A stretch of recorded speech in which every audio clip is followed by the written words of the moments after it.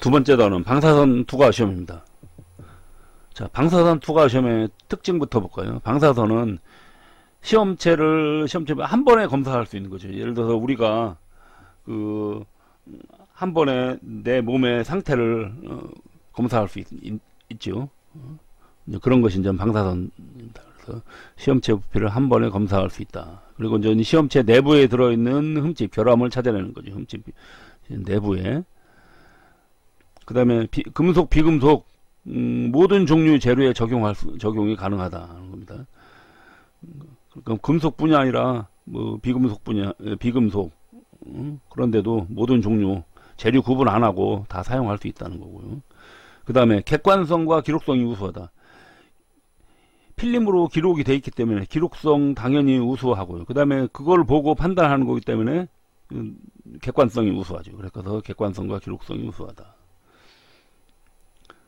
그 다음에 기공이라든지 개재물, 수축공원 같이 방사선의 투과 방향에 대해서 두께차가 있는 것은 잘 찾아냅니다. 근데 이제 미세한 기공 같은 거 그런 거는 조금 어려워요. 그래서 예를 들어서 뭐 균열이 아주 좁다든지 그래서 요 밑에 단점이 있네요. 자, 단점 보겠습니다. 단점을 보면은 첫 번째 균열처럼 틈이 아주 좁은 것은 그것은 이제 놓여있는 위치에 따라서 찾아내지 못할 경우도 있어요. 이제 이 얘기는 뭐냐면요. 예를 들어 재료의 균열이 방사선을 여기서 이렇게 쏜다 그래요. 방사선을 쏠 때 재료의 균열이 요렇게 있을 때는 이거는 찾아내기 쉽습니다. 근데 요렇게 있다 그래요.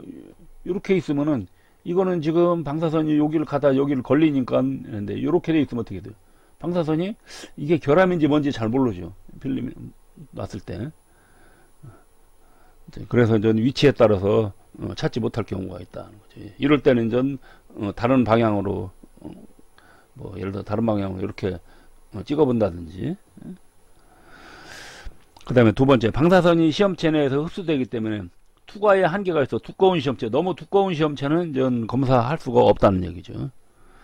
그 다음에 검사 장치가 전 가격이 고가입니다. 이제 가장 값이 비싼 거죠.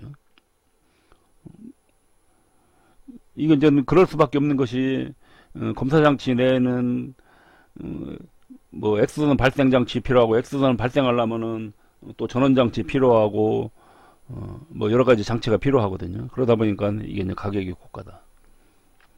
그 다음에 필름을 사용해야 되고 사전 처리를 해야 되거든요. 사전이나 사진으로 만들어야 되잖아요. 필름 사용해서 사진으로 해야 되기 때문에 검사비도 또 비싸지고.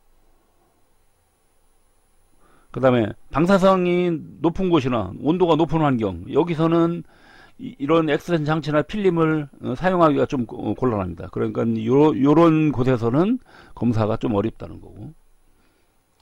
그 다음에 다른 검사에 비해서 초기에 투자와 공간이 많이 필요하죠.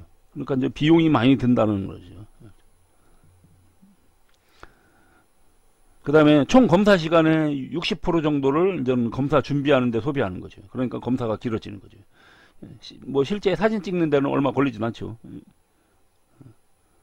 그 다음에 요게 이제 문제가 되는 게 이제 인체에 해롭다는 거죠. 인체 해롭. 그래서 이런 건 전 적용하는 거 보면 압력 용기 같은 거, 즉 뭐죠, 뭐 가스통 같은 거, 그 다음에 배관, 그 다음에 다리, 그 다음에 배, 건축물 등의 그런 뭐 용접 이음부 같은 거 검사하는 거고, 그 다음에 주조품, 주조를 해서 만들었을 때 그런 것이 어디에 결함이 있나, 그 다음에 콘크리트 내부 구조 시험이나 조사, 그 다음에 뭐 전자부품 또는 뭐 문화재, 고미술품, 그 다음에 곤충 해부학, 뭐 과일 같은 거 검사할 때 이것이 가능하다.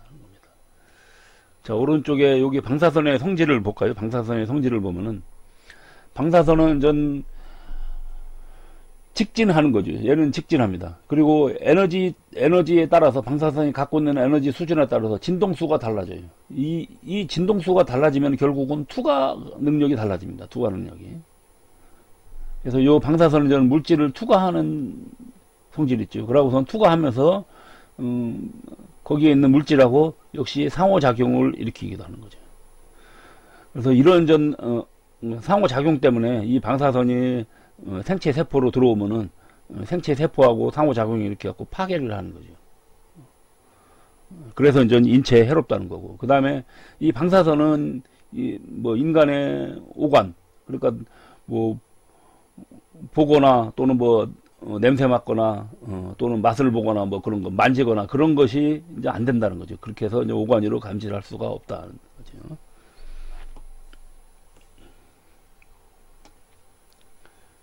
자, 그 다음에 이제 방사선 시험기 이제 구조로 들어가겠습니다. 그래서 첫 번째 X선관의 구조. 당연히 X선을 발생해야 되니까요. X선 발생 장치가 필요하거든요. X선 발생 장치가 필요한데 여기 조건부터 보겠습니다. 한번. X선 발생기의 조건은 열전자의 발생하기 위한 선원이 있어야 됩니다. 선원. 그러니까 이 열전자를 먼저 발생시키는 장치가 필요하고, 그 다음에 이거를 가속화 시켜줘야 돼요.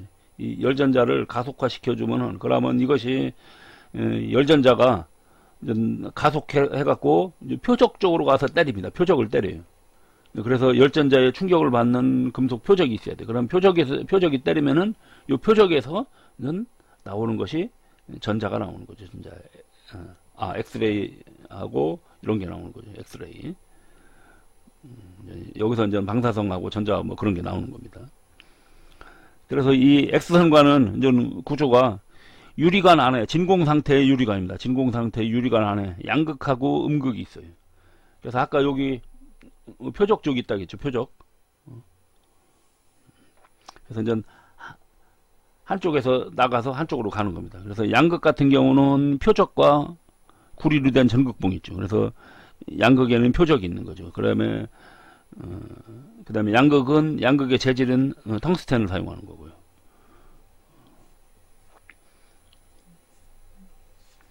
그래서 이제 그다음에 음극이 있죠. 음극.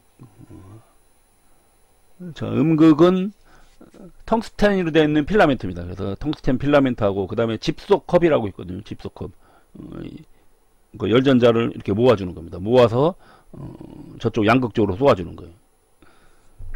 그 다음에 X선의 고유 여과성을 줄이기 위한 이제 창이 있거든요. 그러니까 결국 뭐냐면요, 다른 필요 없는 선은 이제 골라내는 거라고 보면 됩니다. 그래서 이제 그런 것이 이제 베릴륨 창이라고 하는데, 자, 여기 한번 보겠습니다. 여기서 이쪽에 음극의 텅스텐 필라멘트인데 여기서 이제 열전자가 나갑니다. 열전자 나갈 때 이게 막 그냥 막 아무렇게나 퍼지겠죠. 이때 여기에 집속컵이 이렇게 있으면 여기서 모아져서 다른 거는 다른 쪽으로 못 나가고 앞쪽으로만 이렇게 나가게. 그럼 앞쪽으로 여기 집속컵이, 예를 들어서 집속컵이 이렇게 있으면요, 이런 식으로 있으면 어떻게 됩니까? 이런 식으로 있으면 전자가 다른 데로 못 나가고 이쪽으로만 나가겠죠. 그래서 이쪽으로 나가서 이쪽에 있는 양극의 타켓을 때립니다. 타켓을 때리면 요 타켓에서 X선이 나가는데, 이때 이제 그 X선도 역시 마찬가지로 막 퍼지는데, 역시 다른 쪽은 필요 없고 필요한 쪽만의 X선을 고르기 위한 그런 뭐 베릴륨 창 같은 것이 있는 거죠. 그래서 이제 이쪽으로 나오는 X선을 이거를 여기다가 소재에다 쏴서, 그 다음에 소재 뒤에 반드시 필름이 있는 거죠. 그래서 우리가 뭐 흉부 X선 찍는다 그러면은 그 갖다 대는 거 뒤에다가 우리가 이렇게 딱 서 있으면 거기다가 필름을 집어넣죠. 필름 집어넣고 우리 뒤에서 이렇게 X선을 쏘는 겁니다. 그래서 사람이 이렇게 서 있으면 X선 쏘면 여기 필름이 들어가는 거예요.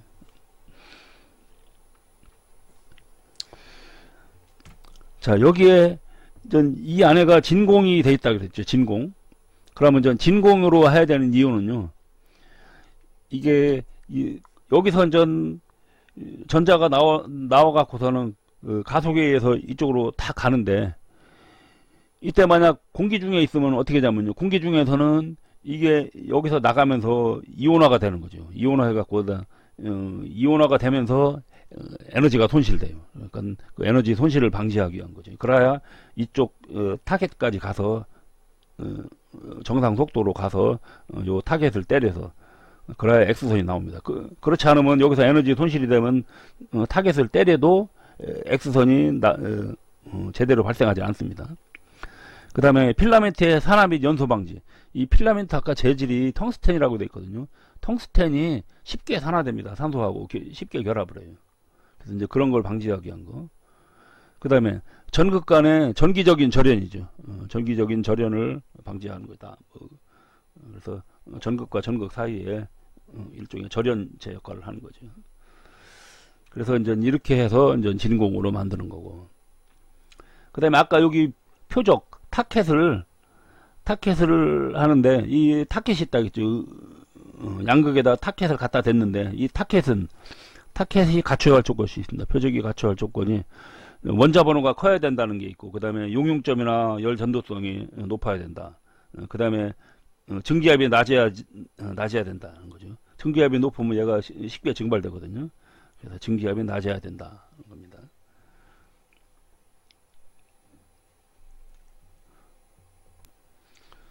자, 그 다음에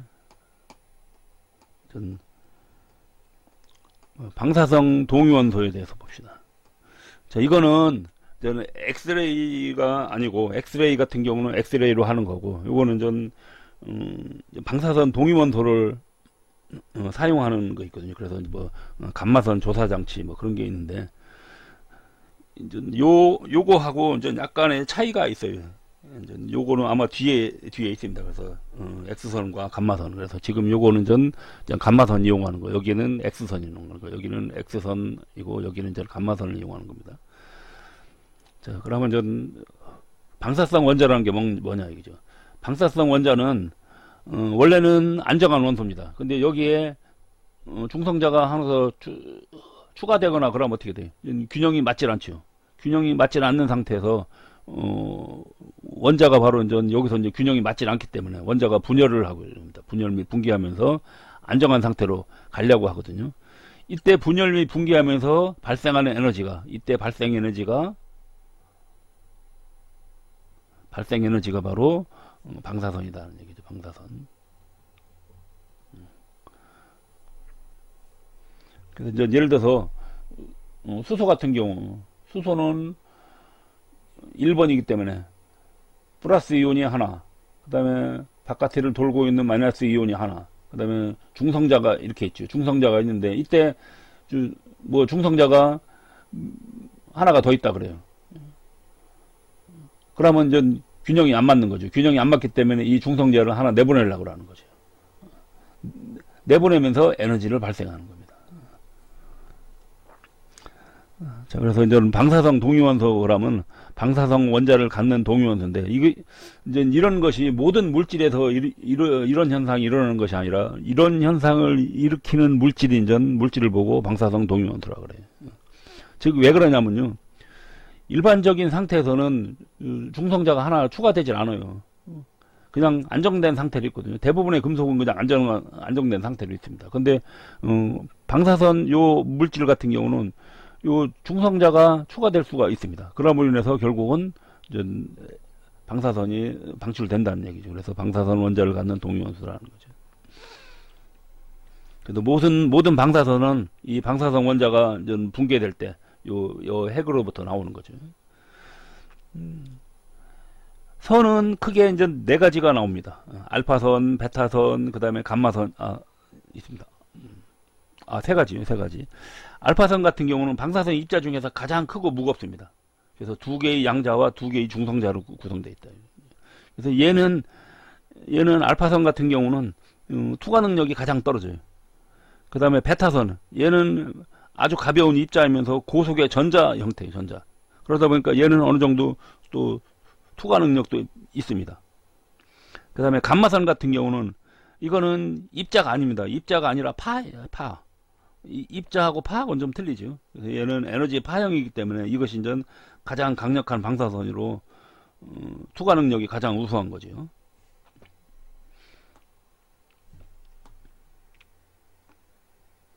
그래서 이제 그 다음에 또 뭐 X선은 여기서 발생하지는 않고 이제 방사선의 종류. 자, 입자 방사선이 있는데, 입자 방사선은 이제 아까 알파선이나 베타선이 이런 거죠. 또는 중성자선도 있는데, 그래서 이제 이런 거는 입자 형태라고 했죠. 아까 입자.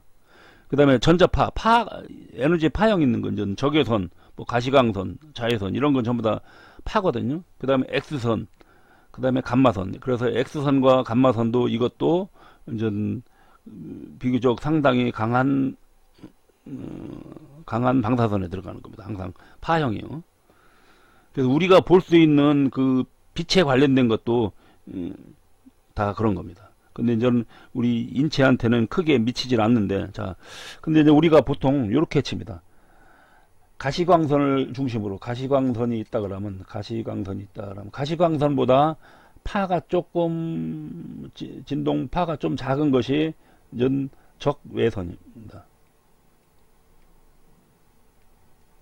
적외선이에요. 그 다음에 요거보다 큰 것이 자외선이에요. 자외선. 왜 적외선이라고 하냐면요, 이 가시광선이 빨주노초 파남보 시작하죠. 빨강서부터 이쪽이 빨강이고 요쪽이 이제 이렇게 보라색이죠. 이렇게 보라색, 여기는 빨강색. 그래서 빨강색 바깥에 있는 선이라고 해서 적외선. 그 다음에 요 자외선은 요 보라색을 자색이라고 그러잖아요. 그래서 자색 바깥에 있는 선을 자외선이라고 그래요. 근데 요 자외선부터 일정 조금 가면은 이때부터는 인체에 영향을 미칩니다. 그래서 자외선 다음에 나오는 것이 이제 들어가는 것이 알파선, 그 다음에 베타선, 그 다음에 X선, 그 다음에 감마선, 이런 식으로 갑니다. 그래서 우리가 자외선을 많이 찌면은 피부에 손상을 입는 거죠. 그래서 이제 바로 요 자외선부터 여기 있는 감마선까지가 우리 인체에 다 영향을 미치는 겁니다. 그 다음에 또 뭐 전리 전자파 방사선이라는 게 있거든요. 에너지가 높은 것이죠. 그래서 물질 투과가 잘 되는 거. 그리고 이제 물질을 쉽게 이온화시키는 성질을 갖고 있는 거. 그래서 대부분 X선이나 감마선입니다. X선이나 감마선이 이제 이런 게 잘 돼요. 그래서 이제 이거를 바로 방사선 투과 검사에 이용하는 거죠. X선과 감마선. 그래서 방사선 투과 검사에 이용한다. 그 다음에 아까 여기에 중성자선도 뭐 역시 물질을 투과하는 성질이 있어요. 그래서 중성자도 물질 투과 성질이 있었고, 이거를 이용하는 검사도 있습니다. 그거 보고 그래서 중성자 투과 검사, NRT 그렇게 표현합니다. NRT라고도 한다는 거죠. 그럼 이제 X선과 감마선의 특징을 한번 봅시다. 자, 감마선 같은 경우는 방사성 동위원 물질이 핵이 분열하면서 나오는 것이죠. 핵이 분열하거나 분기하면서 발생되는 거기 때문에 자연적으로 계속 발생되는 겁니다. 근데 X선은 고전압 전자관안에서 인공적으로 만들어낸 거죠. 이거는 아까 자연적으로 계속 나온다 그랬죠. 이거는 그래서 자연적으로 나오는 거고, X선은 인공적으로 만드는 거죠. 그래서 우리가 보통 자연 상태에서도 방사선이 존재한다고 하잖아요. 그 이유가 뭐냐면요, 방사선 물질은 계속 이렇게 분열하고 분개를 하고 있거든요. 그 다음에 두 번째, X선과 감마선 모두 동일한 종류의 전자기 방사선이다. 전부 다 파 형태죠. 에너지 파 형태거든요. 에너지 파 형태다.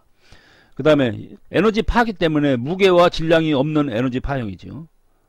그 다음에 육안이나 감각으로 탐지할 수가 없다. 그리고 이제 인체에 해로운 작용을 하죠. 그렇기 때문에 안전관리가 중요하다는 거죠. 그리고 이제 파장이 매우 짧고 아주 주파수가 매우 높죠. 그래서 이제 파장이 짧으면서 주파수가 높기 때문에 바로 투과 능력이 아주 우수한 거죠. 그리고 에너지에 따라서 침투 능력, 즉 투과 능력이 결정되는 겁니다. 그래서 킬로볼트 뭐 에너지냐 또는 뭐 메가볼트냐 뭐 이런 걸로 그거에 따라서 침투 능력이 달라진다. 그 다음에 엑스레이 같은 경우는 요걸로 결정이 되거든요. 엑스레이는 이게 X선인데, 감마선 같은 경우는 그렇지 않아요. 감마선은 항상 일정한 에너지를 방출하는 겁니다. 그래서 얘는 감마선이에요. 그래서 X선과 감마선이 좀 차이가 나는 겁니다. 그러면 요거를 조금 더 여기다가 여기는 그 다음에 8번, X선의 에너지는 튜브에 적용되는 전압에 의해 좌우되고, 그 다음에 강도는 전류량에서 결정돼. X선은 전 인공적으로 만드는 거기 때문에 바로 이 에너지에 따라서 전압에 의해서 전 좌우되는 거죠. 그리고 전 여기에 되는 강도는 전 전류나 전력량에서. 그래서 전 X선을 하려면 바로 이런 전원 장치가 필요한 거죠. 근데 전 감마선 같은 경우는 여기서 일정한 에너지가 계속 나오는데 바로 동위원소 종류에 따라서 결정됩니다. 그래서 동위원소를 우라늄을 쓸 거냐, 뭐 또는 뭐 텔륨을 쓸 거냐 그런 것 등에 따라서 이 감마선 에너지가 달라지는 거죠. 그러니까 X선하고 다르죠. X선은 적용되는 전압, 그러니까 전원 공급 장치에서 강도가 결정되는 거고, 감마선은 사용하는 동위원소가 뭐냐, 그러니까 발생하는 동위원소가 뭐냐에 따라서 결정이 된다는 거죠. 자, 여기에 아까 앞에서 알파선, 베타선, X선, 감마선, 이거 이제 투과력의 그림이거든요. X선은 보통 납은 투과를 못하고 알루미늄까지는 투과를 하는 거죠. 감마선 같은 경우는 납도 투과를 하고 이제 콘크리트 펴. 그래서 이렇게 감마선이 이제 가장 투과력이 우수하다는 걸 보여주고 있는 거죠.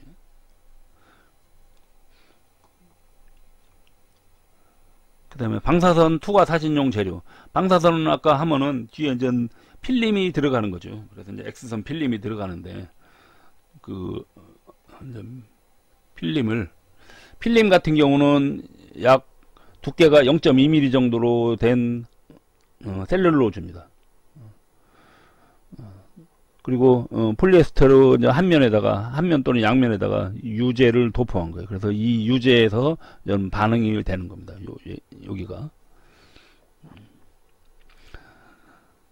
그래서 요 유제가 뭐 X선이나 감마선하고 반응을 해서 거기서 감각 현상을 일으키는 거죠. 그 다음에 방사선을 하려고 하면 증감지라는 걸 써요. 증감지는 뭐냐면요, 필름의 요 감도를 높이기 위한 겁니다. 필름의 감도. 여기 보면은 필름의 증감지는 X선의 필름의 감도를 높이기 위해서 사용한다고 됐습니다. 그래서 증감지는 뭐 납 증감지라는 게 있고, 납을 쓰는 증감지가 있고, 그 다음에 형광 증감지라는 게 있어요. 그래서 증감지 같은 경우는 연박, 아주 얇은 납판이거든요. 그런 게 있고, 그 다음에 산화연 증감지라 했거든요.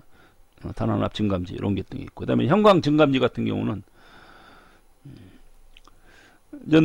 증감지가 요런 거보다 예를 들어서 뭐 아까 증감지 사용하는 목적이 요 필름 감도를 높이기 위해서 하는 거죠.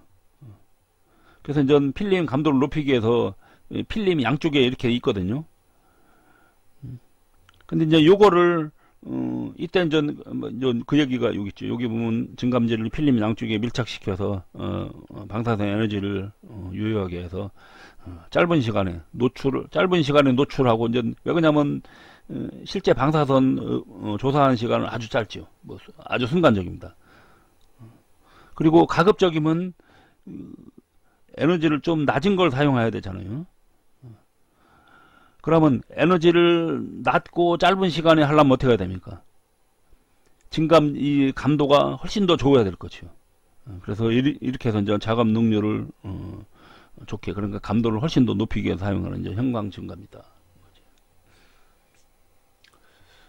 이제 여기에 또 뭐 마카펜이라는 게 있는데, 마커펜은요 10편을 구보하기엔 펜인데 주로 남물질로 이렇게 만들어진 겁니다. 거기다가 그래서 이렇게 쭉 쓰면은 예를 들어서 필름이 있을 때 필름 여기다가 예를 들어서 뭐라고 써놓으면요, 이 부분은 엑스레이가 통과를 안 해요. 통과를 안 해서 필름에 찍힐 때 사진 인화하면 요게 그대로 쓴 거 그대로 이렇게 딱 새겨져 나오는 거죠. 그것이 이제 마커펜입니다.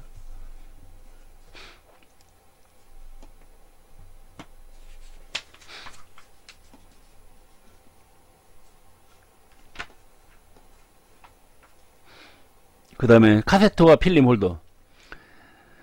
X선 필름은 빛에도 감광되거든요. 그냥 일반 빛에서도 감광이 됩니다. 그러니까 우리 그 그 아날로그 카메라 사용하는 그런 필름하고 똑같은 형태예요. 그러니까 빛에서도 감광이 되기 때문에 항상 촬영할 때 빛을 차단해야 됩니다. 빛을 차단해야 되고, 그 다음에 뭐 연박 증감지하고 형광 증감지를 사용할 때는 필름과 증감지가 완전 접촉 상태가 양호하게 됩니다. 양호하게 하고, 그 다음에 일정하게 하는 역할을 하게 하는 것이 바로 요 카세트와 필름 홀더인데요. 즉 이렇게 되는 겁니다.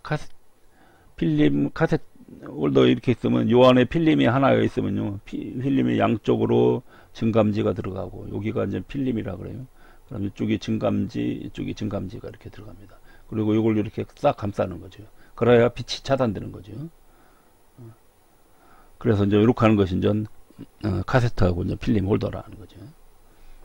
그렇게 해서 이거를 또 뭐 어떤 틀에다 이렇게 넣고서는 이렇게 딱 집어넣지. 그래서 우리 엑스레이 찍을 때 보면 그 가슴 엑스레이 찍을 때 보면 커다랗게 생긴 이런 거를 갖다가 앞에다 이렇게 푹 집어넣거든요. 이런 것이 이제 카세트입니다. 그러니까 이 안에 이제 필름 홀더하고 필름 홀더가 있고, 필름 홀더 안에 이제 필름이 이렇게 들어있는 거죠.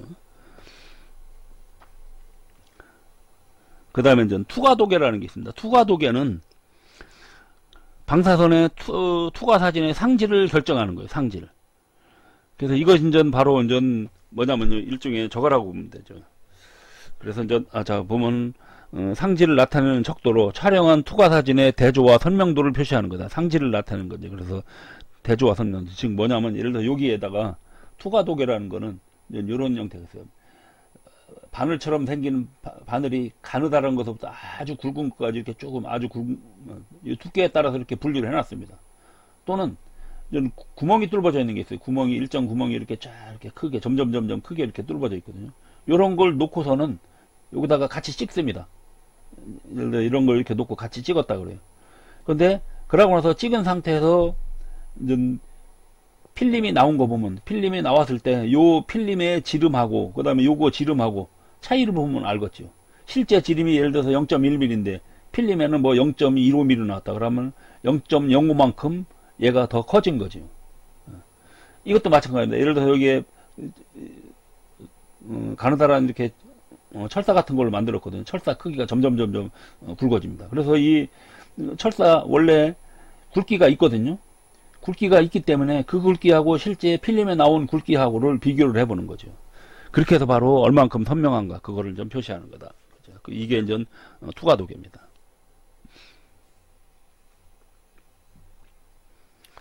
그 다음에 피폭 측정 장치가 있죠. 이건 이제 인체에 유해하기 때문에 내가 얼마만큼 방사선에 노출되었나 그거를 알기 위한 것이 이제 피폭 측정 장비입니다. 첫 번째 이제 필름 배치라고 있죠. 필름 배치라고 갖고서는 요 이제 필름이 필름도 역시 어떻게 되면 필름 상태로 해갖고 내 몸에 이렇게 딱 갖다 대고 있으면요. 거기서 예를 들어서 그 엑스레이를 점점 받으면 어떻게 됩니까? 점점 검해지겠죠. 노출 한 번 되는 거하고 10번 되는 거하고 10번 되는 쪽이 필름 상태가 더 시커멓게 납니다. 그래서 이렇게 이제 흑화도, 빛을 받아서 흑색으로 변하는 흑화도를 갖고 이제 내가 얼만큼 노출되었나 아는 것이 이제 필름 배치입니다.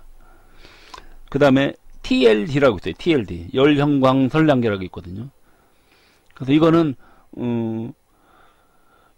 이제 방사선에 노출된 뭐 이런 소자를 갖다가 가열하면 열형광이 방출됩니다. 그래서 이걸 이용해 갖고서 열형광이 얼만큼 방출되느냐 그걸 갖고 내가 지금까지 받은 누적 선량을 지금까지 받은 방사선량을 측정할 수 있는 것이 TLD고, 그 다음에 전 포켓 도시미터가 있습니다. 이게 전 그 병원 같은 데서 많이 사용하는 거죠. 그래서 피폭된 설량이 아니라 선량입니다. 방사선량이니까 선량, 설량으로 되어 있네. 선량. 그래서 피폭된 선량을 즉시 알고 있는 개인 피폭 관리용 선량계다. 그래서 즉시 알 수 있는 겁니다. 그래서 이건 전 기체의 전리작용에 의해서 얼만큼 내가 선량을 받았나 그걸 알 수 있는 것이 이제 포켓 도시미터다. 그 다음에 이제 서베이 메터가 있습니다. 서베이 메터는 가스 충전식 튜브에 갖고서는 이때 전 기체가 이온화 현상하는데, 이때 이온화 현상 갖고서는 얼만큼 내가 선량이 이렇게 누출됐나, 그런 걸 알 수 있는 것이 요 서베이 메타거든요. 그래서 이거 같은 경우는 개인뿐이 아니라 어떤 특정 지역 같은 경우도 알 수 있는 거예요. 예를 들어서 어떤 예를 들어서 뭐 이 방에 방사선의 농도를 방사선이 얼만큼 있는가, 그런 것도 알 수 있는 것이 이제 서베이 메타라는 거죠. 그다음에 이제 뭐 경보계 같은 것이죠. 이거는 이제 방사선이 외부로 유출됐다 그러면 경보 울림 장치다 하는 거죠.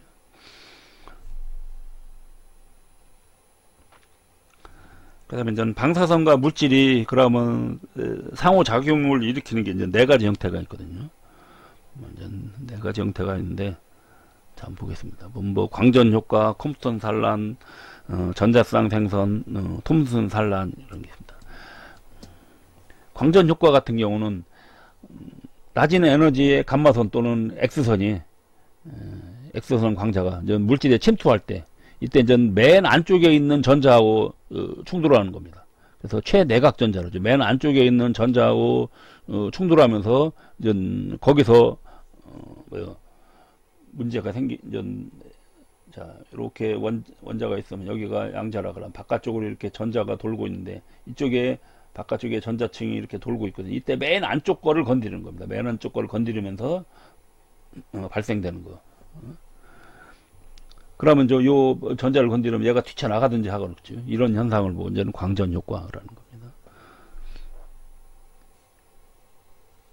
그 다음에 저는 콤프턴 산란이 있습니다. 이거는 최외곽 전자입니다. 이건 아까 최내각 전자인데, 이건 최외곽 전자. 즉, 가장 바깥에 있는 전자하고, 상호작용을 일으키는 거죠. 그래서 이제 이렇게 최외곽 전자에 의해서 광자가 산란돼 갖고, 그래서 입사하는 에너지보다도 낮은 에너지입니다. 그러니까 왜 그러냐면요, 입사되는 에너지보다 여기서 나가는 건 최외곽 전자이기 때문에 조금 이게 벗어나는데 쉽게 벗어나요. 그러니까 이때 발생되는 에너지는 조금 더 낮죠. 그래서 입사 에너지보다도 낮은 에너지의 감마선이 방출된다. 그리고 이제 감마선뿐이 아니라 전자도 또 쉽게 나갈 수 있다는 얘기죠. 전자도 같이 나가요. 그래서 이제 전자하고 감마선이 같이 나오는 게 이제 콤프턴 산란. 그 다음에 전자쌍 생성이 있습니다. 이거는 좀 높은 속도의 전자가 원자 핵 옆으로 이렇게 지나가다 보면요, 원자 핵 같은 경우는 거기에 뭐가 있습니까? 양자가 있는 거죠. 양자가. 이 양자에 의해 갖고 어떻게 되냐면요, 속도가 떨어지거나 아니면 거기에 딱 잡혀 갖고 딱 멈춰버립니다. 그러면 해서 이때 이제 음전자하고 양전자를 한꺼번에 같이 방출해 버리거든요. 이걸 벗어나면서. 이런 것이 이제 전자쌍 생성이다 하는 거죠. 그래서 음전자와 양전자 쌍을 함께 방출하는 현상. 그 다음에 이제 톰슨 산란이 있습니다. 톰슨 산란은 X선이 물질에 입사한 후에도 입사하고 나서 방향을 바꿨는데도 X선 파장이 이제 변하지 않는 겁니다. 원래는 이제 방향을 바꾸면 거기서 그 에너지를 잃었기 때문에 X선 파장이 좀 변해야 되는데, 이제 X선을 이렇게 방향 바꿨는데도 불구하고 그 에너지가 이렇게 변하지 않기 때문에 이제 파장이 변하지 않는 거죠. 그래서 이런 거 보고 톰슨 산란 그렇게 표현합니다. 또는 뭐 탄성 산란 그렇게 표현도 해요.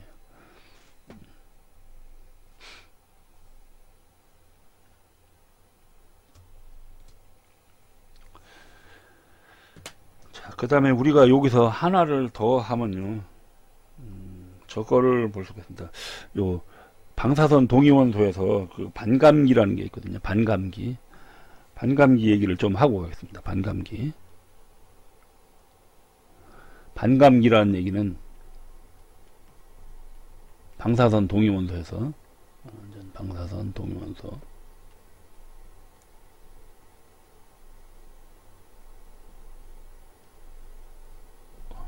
방사선 동위원소는 반감기라는 게 있습니다. 반감기는 그 방사선 물질을 방출하면서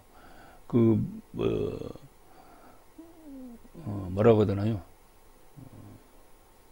물질이 무게가 줄어드는데, 이게 이제 반으로 줄어드는 이제 시기를 말하는 거죠. 예를 들어서 우라늄이 예를 들어서 뭐 100이 있다 그래요. 100이 있으면 예를 들어서 예를 들어서 이제 코발트라고 한번 합시다. 코발트가 예를 들어서 100이 있다 그래요. 코발트가 100이 있다 그러면은 코발트 같은 경우는 반감기가 한 5.3년입니다. 5.3년이거든요. 그러면 100이 있는데 이 중에서 50개를 잊어버리고 50만 남아 있을 때 50만 남아 있는데 이때 걸리는 시간이 5.3년이에요. 그럼 다시 이 50개가 또 반으로 줄라 그러면 반으로 줄 때는 25개로 줄지요. 이때 걸리는 시간이 또 5.3년이라는 얘기죠. 역시 또 25개가 12.5개로 주는데 역시 또 5.3년이 이렇게 걸리는 겁니다. 그래서 이런 거 보고 이제 반감기라고 그래서 원래 질량보다 반으로 줄어드는 기간을 이제 반감기라고 하거든요. 그래서 이 반감기를 갖고 어느 정도 뭐 연대 같은 것도 측정할 수 있는 겁니다. 예를 들어서 우리가 뭐 고고학에서 사용할 때 그래서 이렇게 반감기를 측정을 해보면 반감기 갖고 이제 그 연대를 대략 이렇게 측정하는 거죠. 자, 그래서 이제 이 반감기는 이제 주로 이제 많이 나오는 게 첫 번째 이제 이리듐이 있습니다. IR. 얘는 73일 정도 되면 73일. 그 다음에 텔륨이 있습니다. TM. 얘는 130일 정도예요. 130일. TM. 그 다음에 코발트가 있어요. 코발트는 아까 5.3년이라고 했죠. 5.3년. 그 다음에 크세논이 있어요. CS 같은 경우. 이거 같은 경우는 33년. 33년이고. 그 다음에 라디움이 있지요. 얘는 1620년입니다. 1620년. 그러니까 방사선 요 반감기가 얘는 상당히 길은 거죠. 반감기가 길은 거고. 그래서 요것도 좀 잘 알아두세요. 그래서 반감기가 어떻게 되는가. 그래서 반감기의 의미. 그래서 자, 예를 들어서 전 뭐 아까 반감기 했을 때 먼저 거꾸로도 이렇게 추정을 할 수가 있습니다. 어떤 물체가 예를 들어서 처음에 100g이 있었는데 이것이 예를 들어서 지금 현재 뭐 25g이 남아 있다.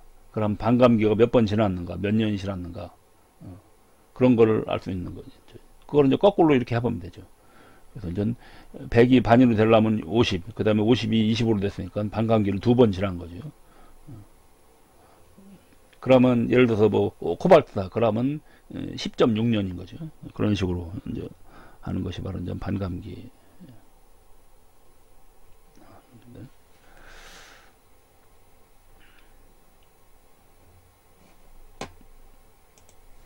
자, 개념 잡기 문제 한번 보겠습니다.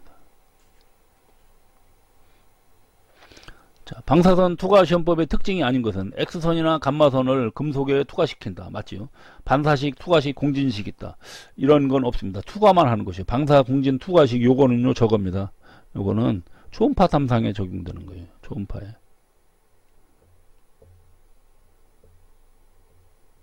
초음파 탐상에서 적용되는 거다.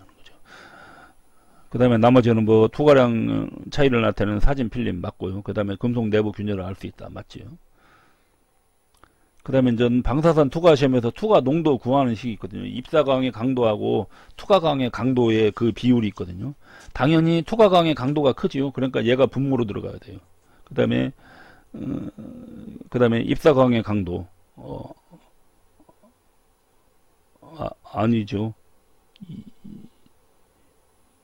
예, 맞지요. 그렇게 해서 그러면 요 형태가 되겠네요. 요 형태. 그래서 투과 농도는 요걸로 나눠주니까 2번이 되겠네요. 그 다음에 방사선 투과 시험 시 방사선에 의한 해를 입지 않도록 시험실 주변의 방사선 양을 수시로 측정하는 거. 방사선 양을 수시로 측정해야 되거든요.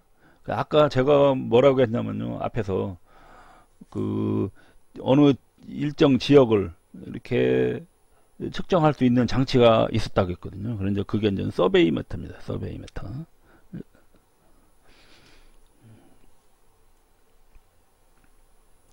여기 보면 서베이 모터, 아까 제가 앞에서 서베이 모터 설명할 때 얘는 어떤 그 일정 지역도 지역의 그 방사선량을 측정할 수 있다는 거죠. 이런 거는 이제 개인적으로 소지해야 되는 거고.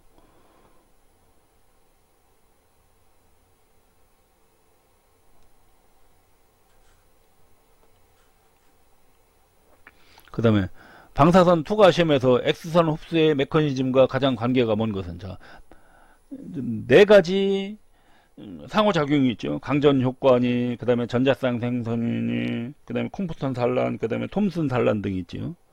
뭐 공진 투과라는 얘기는 없죠. 이거는 공진 투과는 이것도 역시 초음파에 적용되는 겁니다.